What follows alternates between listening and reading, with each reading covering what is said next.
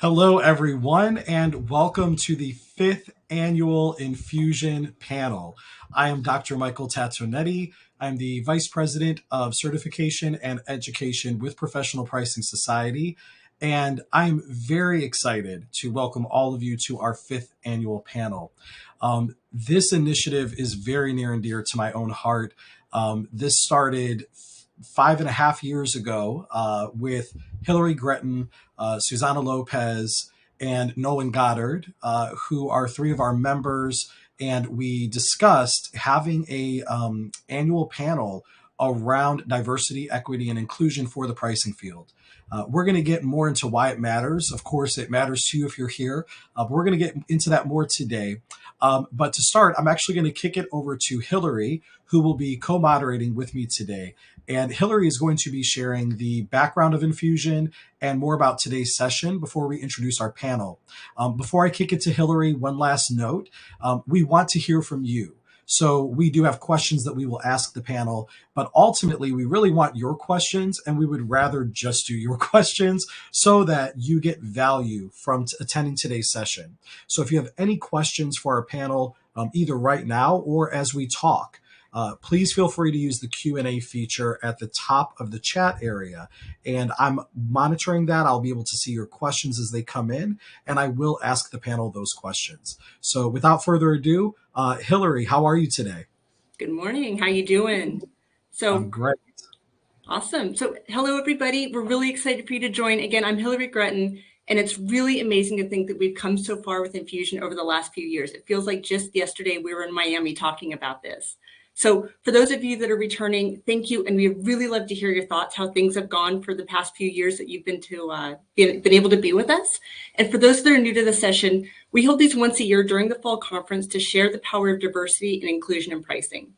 And each year we consider topics that aid in understanding the so what of diversity and the real world impacts that it really has on companies and organizations.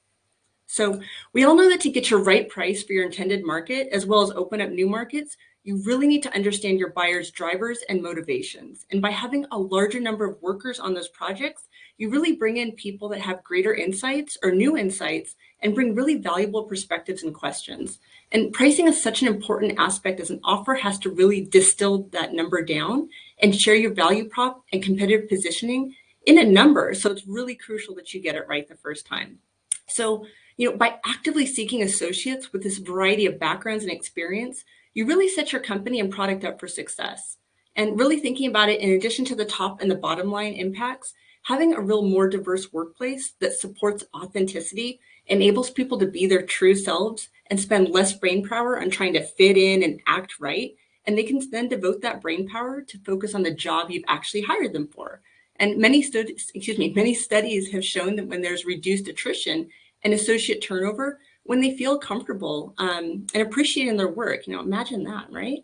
So as well as there's greater daily productivity due to reduced sick time and being more present at work. So having more voices in the room provides organizations with the ability to ask the right questions ahead of time versus having a product flop or not benefit a wider market base and customer base. And also, thinking about increasing the number of people in the world of pricing also opens it up as a key role in an organization and helps us showcase that value that it brings. Think 10 to 20 years ago, who had ever heard of a pricing group beyond this little tiny contracting team? And it was much more of this reactive role. And pricing groups now are an entire function versus just this mini job that one person does, if they have time, maybe on the weekends. So when you look through kids' book about jobs, you have doctor and police officer, but where's the chief pricing officer? I want to see that page right there. So, to enable this power of diversity in pricing, this year's theme is This is Bigger: Repair, Renew, and Regrow.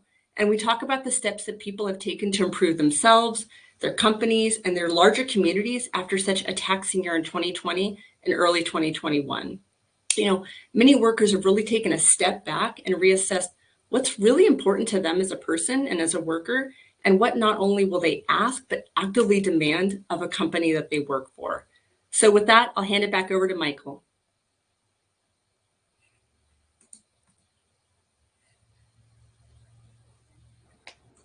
All right, awesome. So as we dive in today, I want to first introduce our panel. So we're actually going to bring them up as well so that they can introduce themselves. I want to give them each about a minute to do that. But we're joined today by some of our friends, Keith Pegues from Luminous Strategy, Susana Lopez, one of our founders from Medtronic, Katie Way, one of our biggest advocates over the years from Hypertherm, and also Kalpana Sundar from PayPal, who's been with us as well for years. So we have some great familiar faces. Let's see, I'll go in the order I just introduced. So Keith, would you like to introduce yourself? Yeah, thank you, Michael, and hello, everyone. It's good to be back again this year on the Infusion panel. I'm Keith Pegues, founder and CEO of Luminous Strategy. We're a value proposition consulting firm, and we work with clients all over the globe to help them really build the foundation for value-based pricing. So you got to understand what value you deliver and how you do that differently in order to really get the right price and capture your fair share of the value you create. So I'm really excited to be here again, and thank you for having me. Of course. Susana. Hi, I'm Susana Lopez, Pricing Strategy Director at Medtronic and Chair of the Advisory Board at the Medtronic Women's Network. I am a CPP, and I have been collaborating with the PPS family for over 10 years. And as Michael mentioned, with Hillary's leadership, we started Infusion 5 years ago. Very happy to be here. Great, thank you. And Katie. Oh, I think you're muted, Katie. Hi, all. I'm Katie Way, and I work as the Global Pricing Manager at Hypertherm. We're a B2B2C global industrial cutting and technologies company.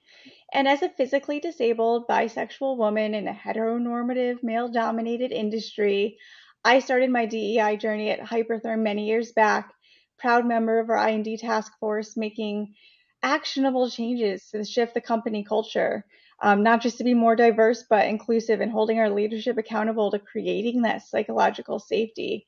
So I'm happy to report it's a core value for our company, and I'm honored to be back here. It's my third time with the Infusion panel and my sixth time, I think, speaking with PPS. So I'm looking forward to all your questions and answering those. Thank you for having me. Yes, thank you, Katie. All right, and Kalpana. Hey, I'm Kalpana Sundar. I'm a director of product management for pricing at PayPal. Been with PPS for nearly 4 years now. Got introduced to PPS by Van Godard, who was my manager back then. I have enjoyed all the conversations here. And my role at PayPal is to build the technology platform that allows PayPal to realize all revenue that the company is making. So I'm very happy to be here today amongst all of you and talk about diversity and inclusion, a much needed topic in pricing. Awesome. And just so you all know, we were in the green room backstage for 30 minutes before we went live. And for about 20 of those minutes, we were already having a full on discussion. So this panel's ready. We are passionate and we could talk about this all day. So I'm going to kick it off with some of my questions for the panel. But again, as we talk, I'm sure the audience will think of things and we'll post it in the Q&A. So I'm going to monitor that as well. So the first question, I'm going to start with Keith, if you'd like to answer, and then everyone kind of rotate through if you have a thought that you would love to share. So my first question is about the Great Resignation. We've been hearing about that now as we return to offices and go back to some new whatever. We don't like using the term. But what do you think is driving these massive job and career transitions? And what implications is that going to have for companies and the workforce?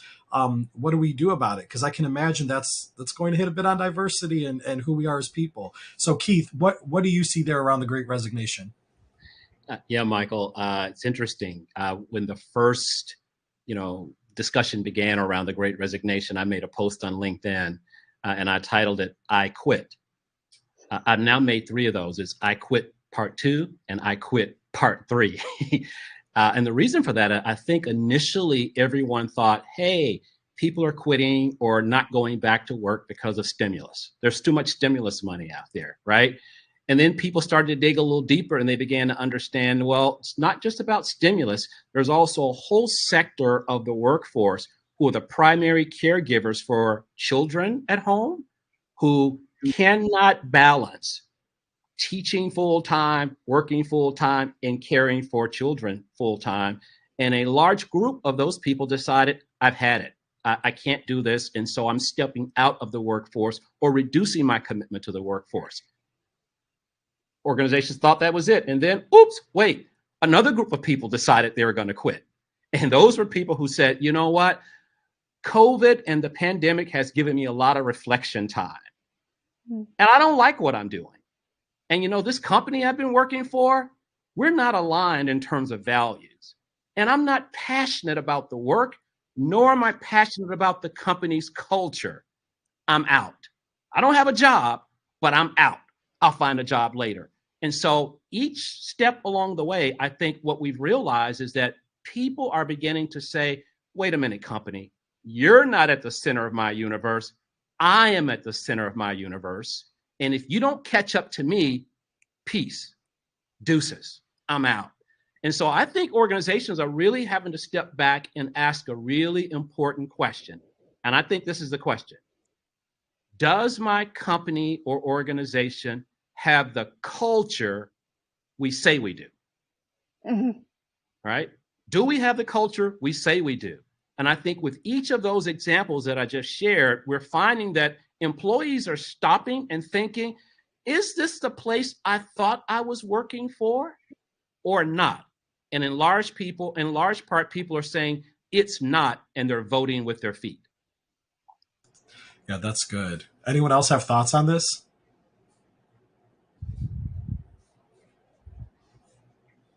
Yeah, I think voting with your feet's the most powerful move you can make, right? That was something taught to me years ago, and it's a hard thing to do, but with change and COVID comes big change that we make in our own lives, and I think that that's something that companies need to catch up to. I don't know if they are, but I know that we're trying, and I think people also realize that there were other ways of working, and flexibility, and I think that's going to need to be integral to the future of work, because flexibility allows us to better serve our customers. As someone who's been remote long before the pandemic, I found that to be true, and I think people are catching up to that. And those who aren't, those who are trying to go back to a normal that wasn't working for people, I think are going to figure out, maybe that doesn't work anymore, because they're going to vote with their feet. They've self-reflected and decided, okay, I need my values to match the values of the corporation I'm working for. And is that culture what I thought it was and what they say it is? Yeah, I think good. there's a disconnect. I think if we polled the audience, there'd be a lot of people agreeing that there's a disconnect there. That's good. So I may not be able to say as well as Keith and Katie, but I think that he hit on something so true, and that's assumptions. And it's just really shaking up its assumptions. And I love what you said, Keith, about, is this the company I thought I was working for? Because I think all of us just had the ability to kind of go through our daily lives and then suddenly take a step back and say, oh, you said you were good with flexibility. You said you were good with remote work. Oh, I guess really not. Okay. That's what you're really thinking is important when maybe it's not. So thank you for that point. Yeah. And I would even add to that I think this goes beyond parenting. I think that a lot of times when we talk about flexibility specifically, we think of people who are parents who work. But even if you don't have kids, we all have different interests, and we want to balance our schedules in different ways. Or like if you have cognitive differences, like I have ADHD and I hyperfocus, and sometimes I get in 2 hours what would take a day for somebody else. And then that means I need to go sit down and rest because I got it all done. But then don't say, why aren't you at the computer until 4? I'm checking my email, but I need to go lay down now because I, hyper focus. And then other times it's more consistent and, 8-hour day. But I think that flexibility for people based on who they are, what their life is, what they have going on, that's going to matter. But also to your point, Keith, are you who you said? We talked about that last year, when all these promises were made around Black Lives Matter. And what have we done? Are we doing anything? Did we walk our talk? Are we diversifying our boards, our executive leadership as positions open up? Or did we just say the politically correct things? So I kind of went there, but it'll be interesting to see how that continues. Susana, I'm going to ask you the next question. I want to start with you, and then we'll rotate around again. One thing that's really come up over the last few years with focus a lot more on diversity is the different acronyms and the words that we use. So we've used diversity. I've heard diversity, equity, and inclusion. I've heard JEDI, which is justice, equity, diversity, inclusion. I've heard belonging, the B added in. What do these words mean to you? What matters? What is at the heart of what we're even trying to get at with creating a tagline so it's succinct, but at the same time, like what is the meaning for you, and what should we be doing or saying? Thank you so much for the question, Michael. And you're right. I mean, in the past, we used to talk about D&I, right? Diversity and inclusion. And since last year, especially around the murder of George Floyd, we start to talk about equity and social justice. And then it was not only equity, but the difference between equity and equality. Like equality simply means that everyone is treated the same way, regardless of what they need or any individual difference. Whether equity means that everyone is provided what they need to succeed. And that is so big, right? And you guys were alluding before on, without mentioning the word, on what equity was. And I think this is big. I mean, we can all make an impact towards equity. And I believe that the first step is education. We have to ask a lot of questions. We might feel uncomfortable. We might think that we maybe are going to be offensive, but we have to take chances, right? We need to get educated and ask, and then read and listen to podcasts, watch TED Talks, but however we want to, however we wish use to learn. I know in a team at Medtronic, we have become obsessed with learning. And that what is interesting is that we are expanding outside of the ERGs and networks that we identify with into the other networks and ERGs, and sharing resources, informing strong alliances. And there is another big word that is out there, that is allyship, right? Alliances do make a difference. And then another big word is intersectionality. Mm-hmm. And, for intersectionality, actually, I'm going to read the description because it has a lot of big words. So it's that the interconnected nature of social categorizations such as race, class, and gender, as they apply to a given individual or group, regarded as creating overlapping and interdependent systems of discrimination or disadvantage. That's pretty big, right? I mean, it is a way of understanding and how and why every individual views the world as different. And you're taking from disability to race to age, and none should be tackled in isolation. Inclusion means everyone all the time, not just some of the time. I mean, everyone all the time. And that, just to give you an example, in the past, we used to form ERGs, employee resource group networks, for example, focus on women, right? And they say, okay, we're going to promote gender equality. Thinking of women as an homogeneous group. Today, when you think of a diverse programs that they have the intersectionality perspective, then you are thinking of women you are thinking of women of different sexual orientation, just to name a few. And I just say diversity conversation has been expanding, and everything that we can do about it. So I hope I answered your question, Michael. Yeah, you did. You did. Anybody else have thoughts? That was so good. Anybody else have thoughts on the terms or what we're Well, marching for?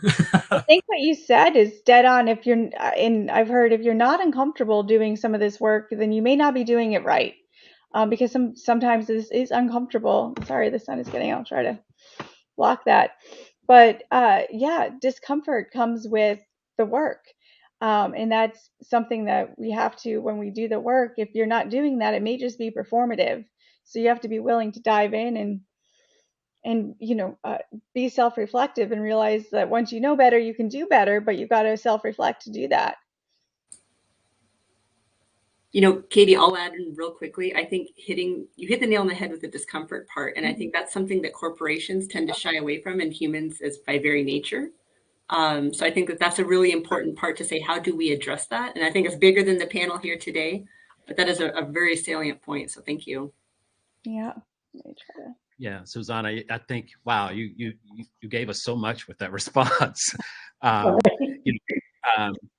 a long-time strategic marketer, right, one of the things that I think is happening in this movement toward trying to really understand and connect with various segments of our employees, including the intersectionality of employees, is it's the hard work, right? And I think the reason that the number of letters in the description continues to grow is because it has to grow to be more inclusive, right? And so when we had D and I, it was a good first step in the direction of truly understanding our talent, our employees, how we actually deliver the greatest value proposition for them, right? In order that they might actually deliver more value back to the organization. And as you start to parse it apart, we had to bring in things like justice, like equity, like equality, because these are aspects, if you will, of the segmentation, right, that helps us understand the differences so we can have solutions that are right for individual people and not boil the ocean. Because a general value proposition doesn't work for anybody, right? And so I think, again, I see things through a marketing lens, right? We have to do that. And I think if we took some of the tried and true marketing principles that we apply to customers and consumers, and we use those with our talent, our employees, I think we could solve a lot of the issues and get deeper understanding and develop solutions that work. That's good. Okay, Kalpana, I'm going to pick on you for this next question because I would need to hear your wisdom.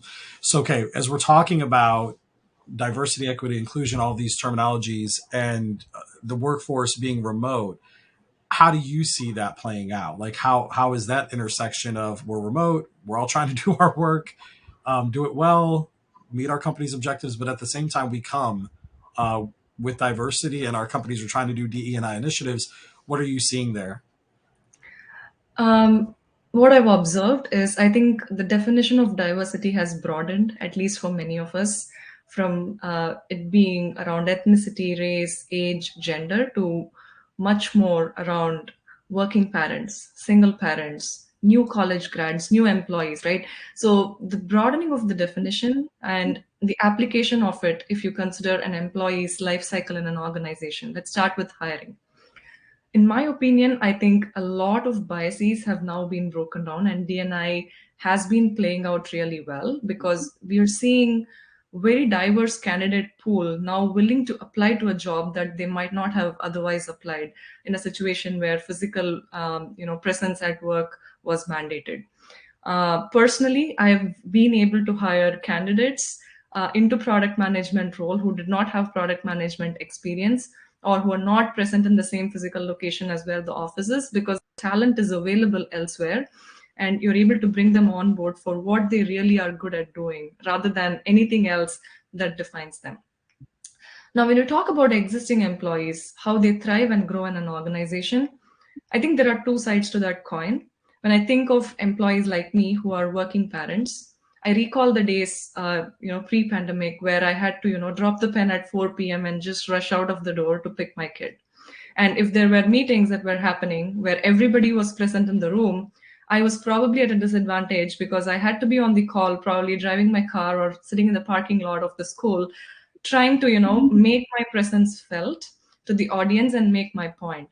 But if I think about the transformation now, all of us are within this frame. So pretty much the playing ground has leveled, which means there is no exclusion per se, and there is an opportunity for everybody's voice to be heard.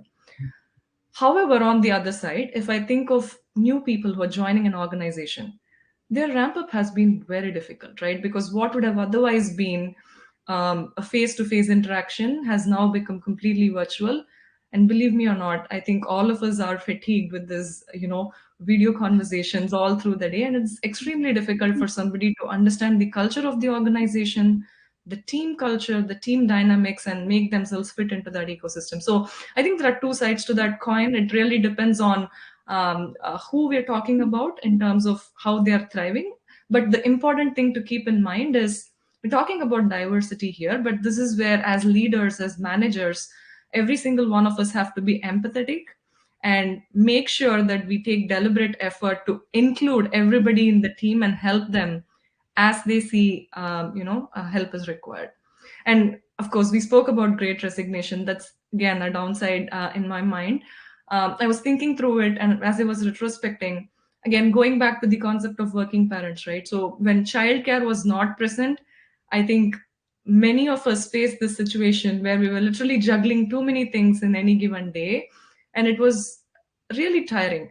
Now, if you flip the equation and if you assume that, hey, working parents, you're probably going to be remote, but you have some sort of childcare or whatever it is that is available to support you, then the equation changes. And again, to the point that I was making earlier, the playground is leveled because people who might not have otherwise come into work, being primary caregivers, have now an opportunity to actually show up and contribute what they are, known for or good at doing. So that's my perspective on DNY. But again, like I mentioned, all of this is about diversity. Inclusion is a choice, and it has to be a deliberate choice that everyone makes to ensure that people are brought together for, how they have to be supported within a team.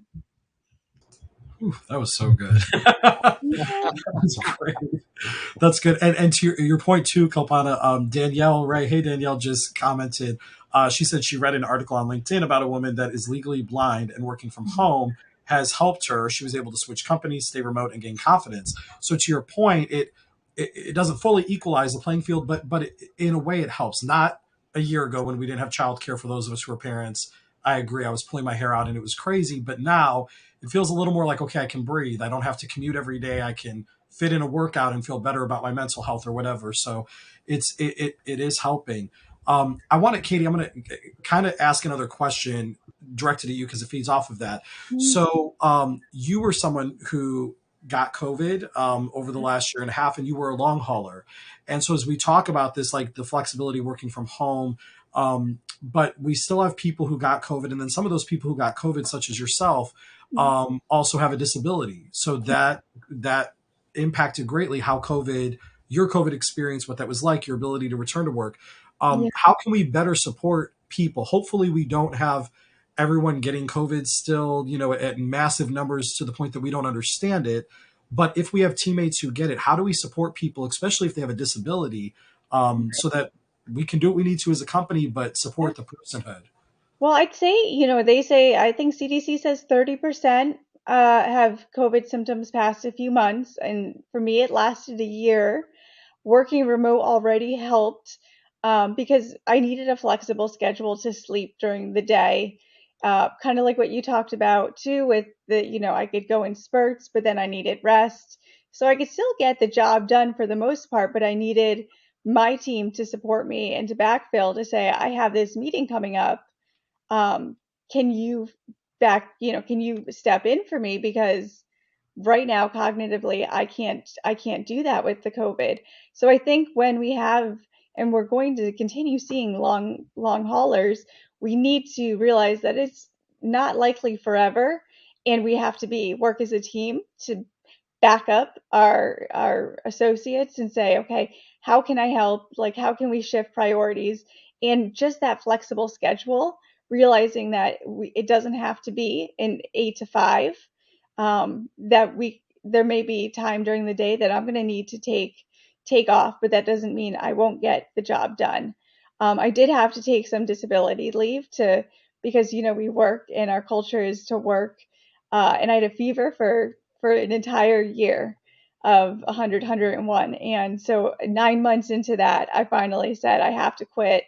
And I almost became part of that great resignation. Do I need to quit my job? And luckily, I got disability approved, which was not the case for so many people who then had to leave.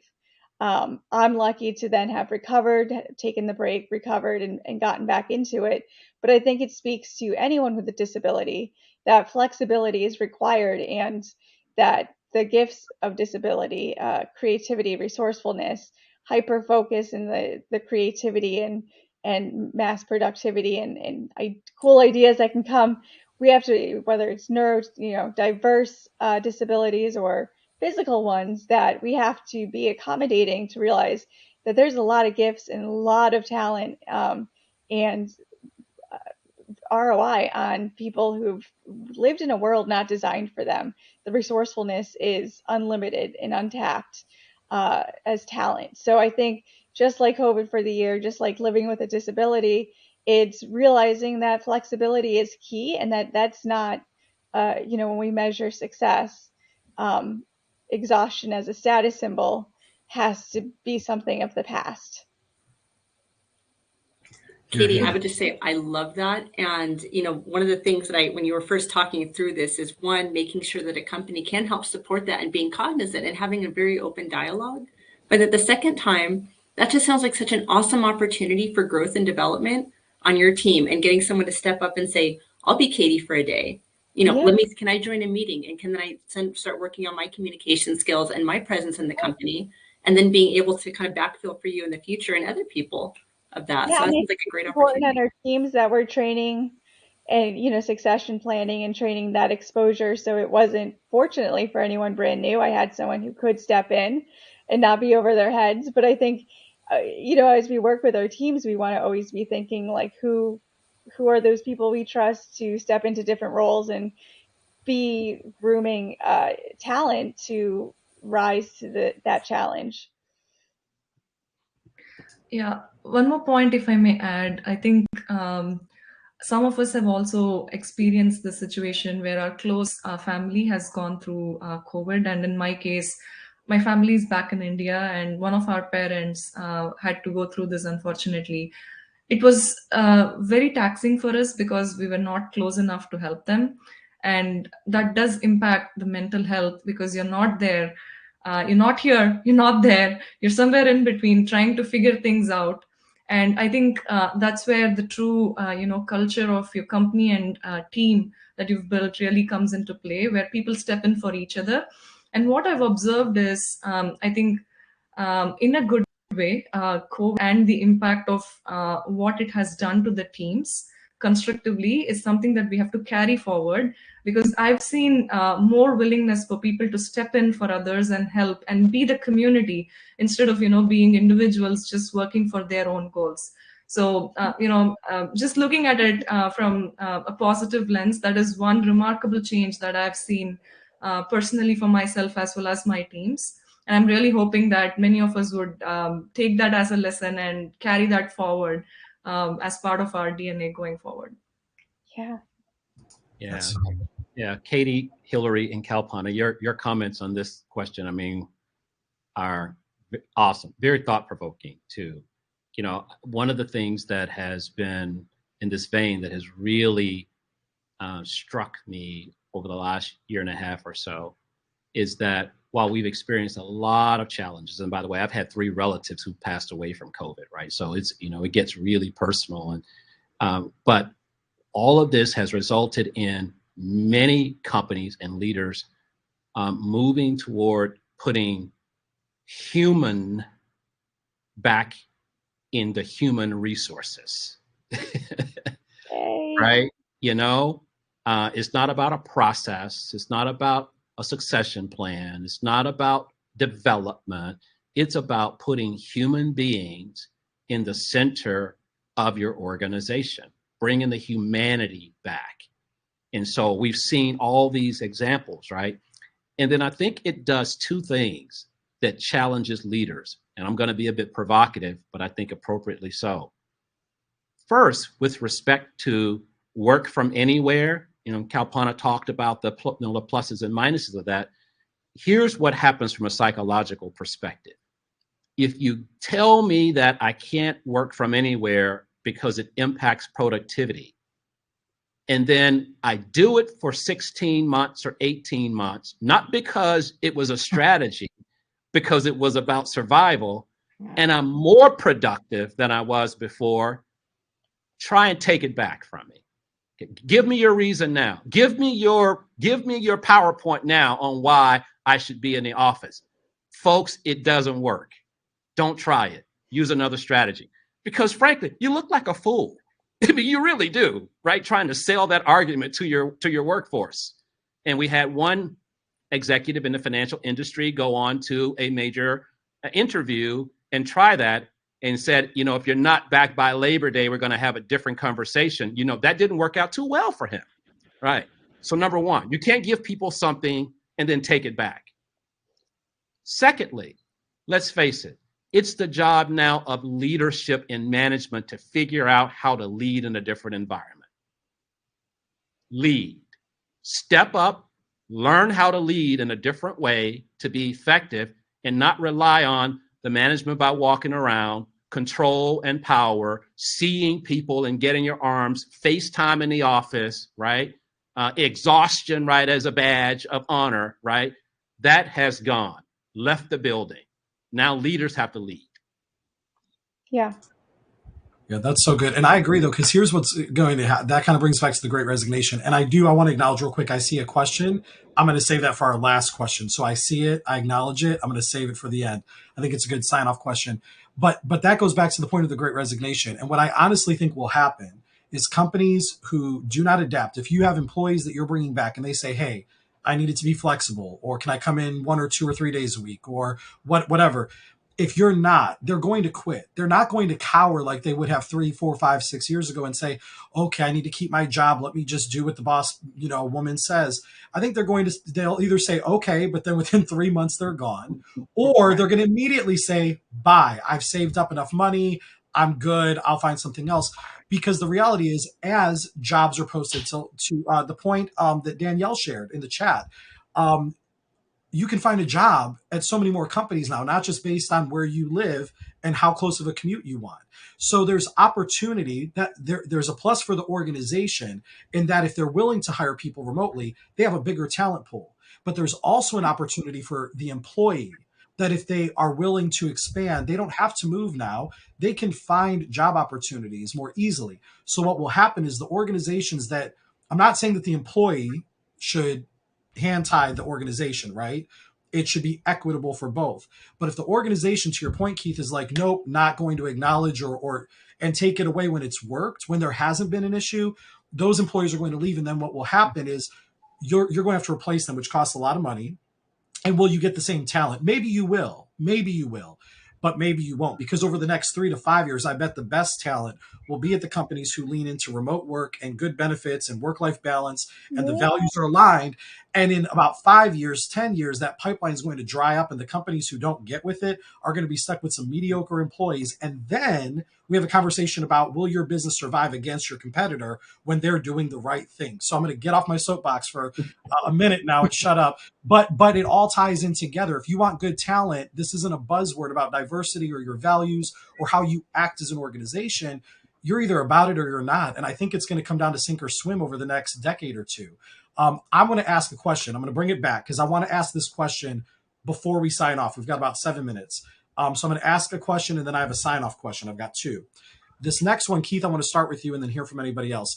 But this does matter. We had conversation last year about Black Lives Matter, about what happened in the wake of Breonna Taylor and George Floyd, among many others over the last, since 2016, since the hashtag 2013, since the hashtag took off, before it was even an official movement. How are you seeing companies live up? It has only been a year. We know it takes time for companies to shift, but are we seeing people keep up to their promises or not? What are you seeing in regards specifically to the Black Lives Matter movement? Provocative again, warning. There are a number of organizations that are tracking the commitments that companies made in their rush to have a big PR moment. Less than 20% of the commitments have been fulfilled. Less than 20% of the commitments have been fulfilled. Now, I'm sorry. I had a grandmother who just told it like it was. And she would always say, baby, when you boil it down to a low gravy, that's when you find the truth. I say companies lied. No one wants to use that word, but they did. Many companies just lied. They rushed to have a PR moment, and less than 20% of the commitments have been fulfilled. I don't know what else you call that. You have not honored and lived up to the commitments that you made. And it's unfortunate because what that does for many employees in those organizations, what it says is same day, different day, rather, same story. This is not the company I thought I worked for. Deuces, right? So I don't know. Maybe we need to talk to leaders. Why did you make the commitments that you did, but you have not lived up to them? I don't know. Yeah, because I think most focus on the customers and the perception, but they're not thinking about the employees again. And those employees, if you have Black, Brown employees, allies who care about this and they see that, they're going to leave your company. So yeah, we got to think about every stakeholder, not just looking good publicly, but then behind closed doors, it's a mess. Yeah. And these are the tough questions, by the way, right? These are the tough questions, right? But people are asking. Right? Yeah. If Baldwin said, "I don't believe what you say because I see what you do." Yes. And that. Maya said, "Believe." Oh shoot! Now I forget it. What did Maya Angelou say? It was when they show you who they are, believe them. That's when. Yep. Okay. All right. So we got two questions. I'm going to ask this one real fast. Katie, you might be great to hit on this one, but whoever would like to.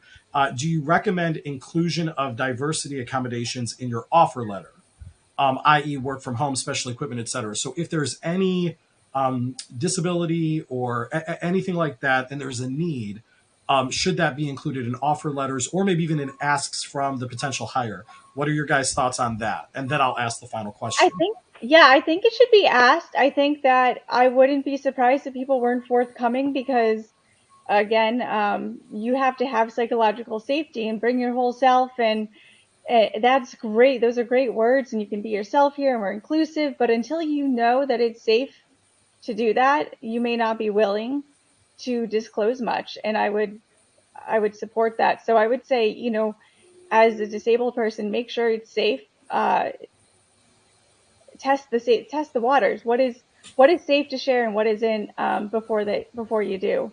And the offer letter up front, there may be some non-negotiables that you need in there. Myself, no stairs, and I didn't ask for that. I found where I should have, but there are other, where I'd say test the waters because you don't get to redo that. And while you should always be able to ask for reasonable accommodations and I encourage people to do that and to advocate for themselves, you do want to get a sense for the culture and how you want to approach that.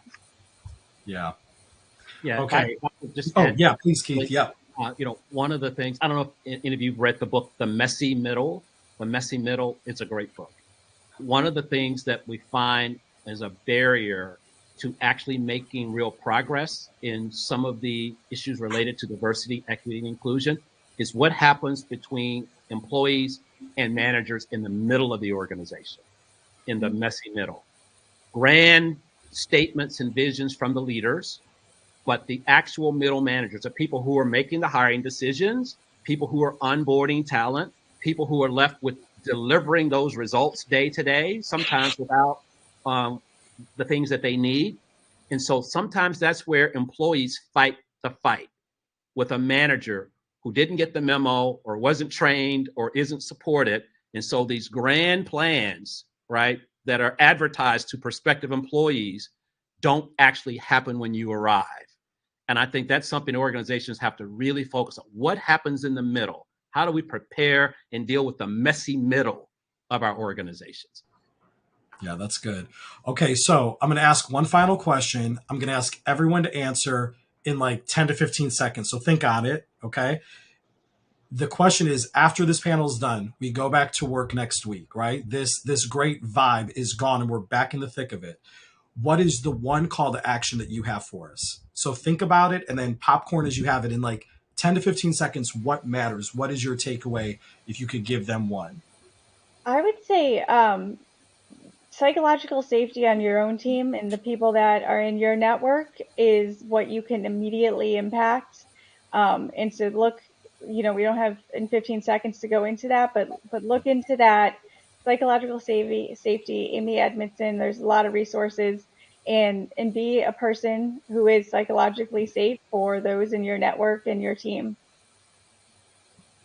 So I usually say be brave, but I'm going to do be Keith. I need a shirt. Be Keith and ask those tough questions, ask those tough things, and just, I'm going to channel Keith's grandma. That's going to be my thought. Love that. I think for me, it's being open to learning.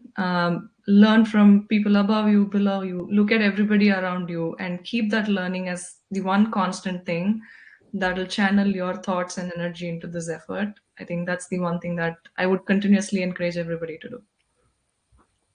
It's a good one. I would say, in the wake of, the murder of George Floyd. For me, it's the same. I mean, be a safe space.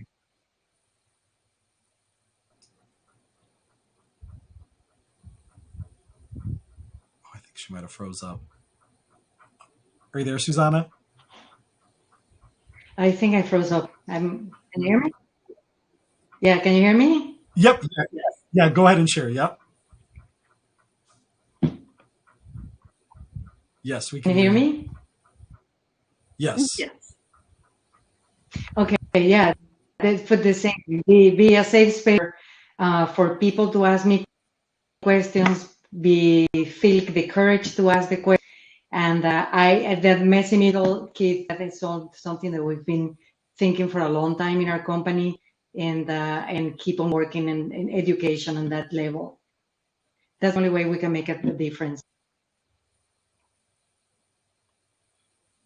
Yeah, I would add, in the wake of the murder of George Floyd and others, many people began asking, what can I do?